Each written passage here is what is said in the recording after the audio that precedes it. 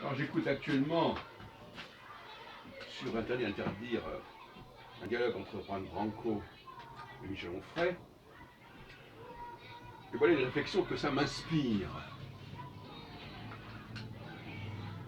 Alors, vous savez, la notion de complot, de conspiration,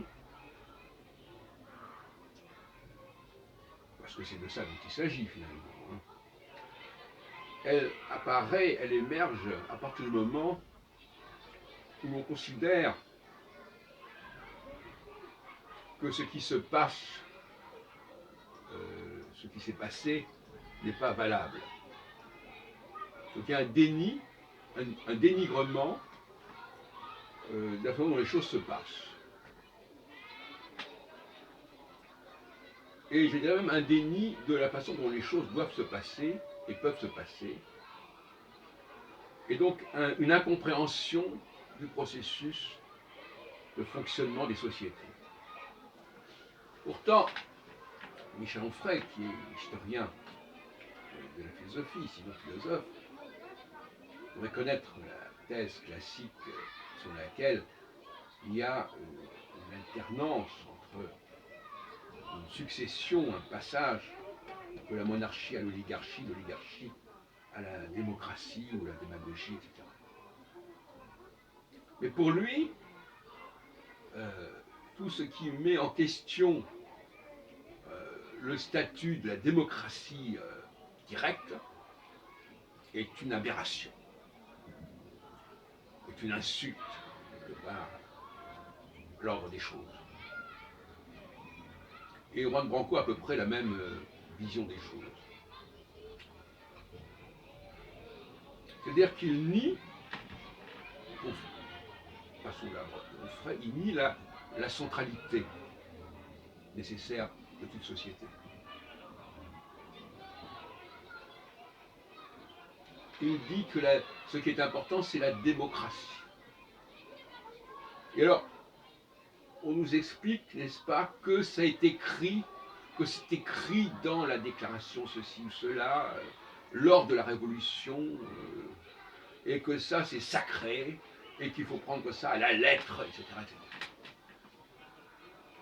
Comme si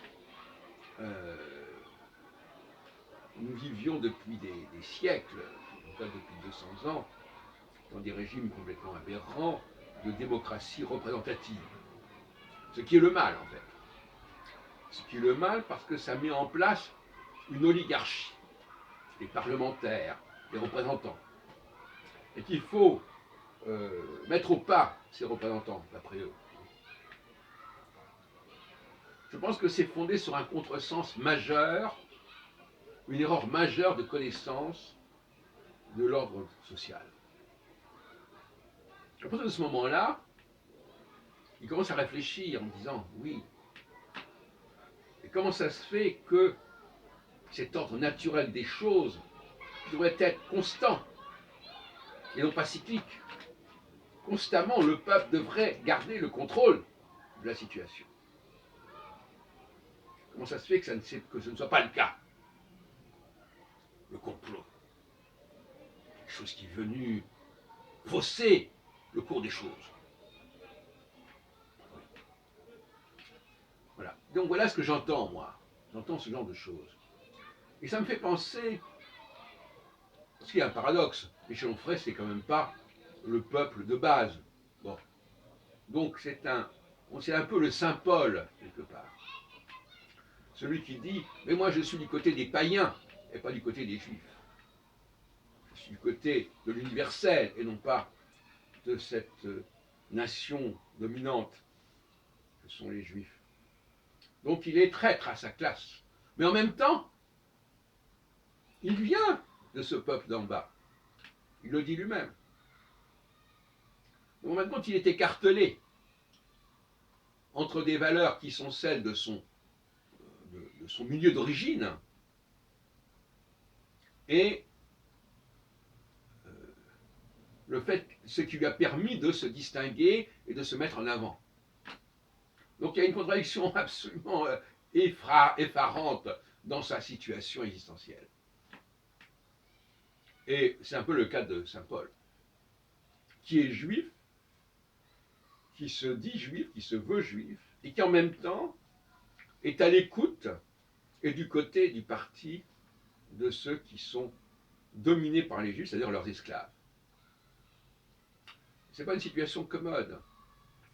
Et ça donne des discours comme ça, un petit peu hybrides.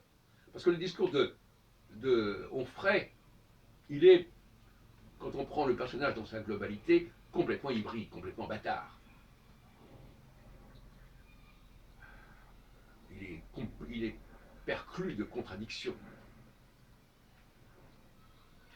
Et c'est amusant parce que finalement, alors il nous dit, vous comprenez, ce peuple, il n'a pas été éduqué, comme si nous allions vers une société où il n'y aurait que des intellectuels. C'est un peu comme le même cas avec Éric Zemmour. C'est un intellectuel, mais il est du côté de ceux qui veulent s'assimiler, de ceux qui veulent faire bloc.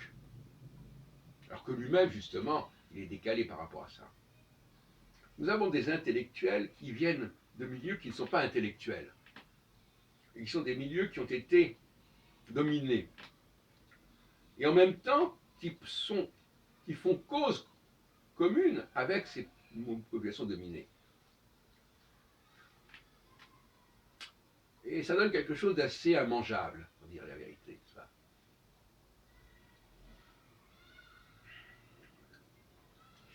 Donc, le complotisme, d'après moi, il est fondé sur l'idée que quelque chose d'inacceptable arrive, se présente. On est dans l'inacceptable, dans l'incompréhensible. Et justement, tout le problème est là. C'est qu'ils ne comprennent pas comment fonctionne la société.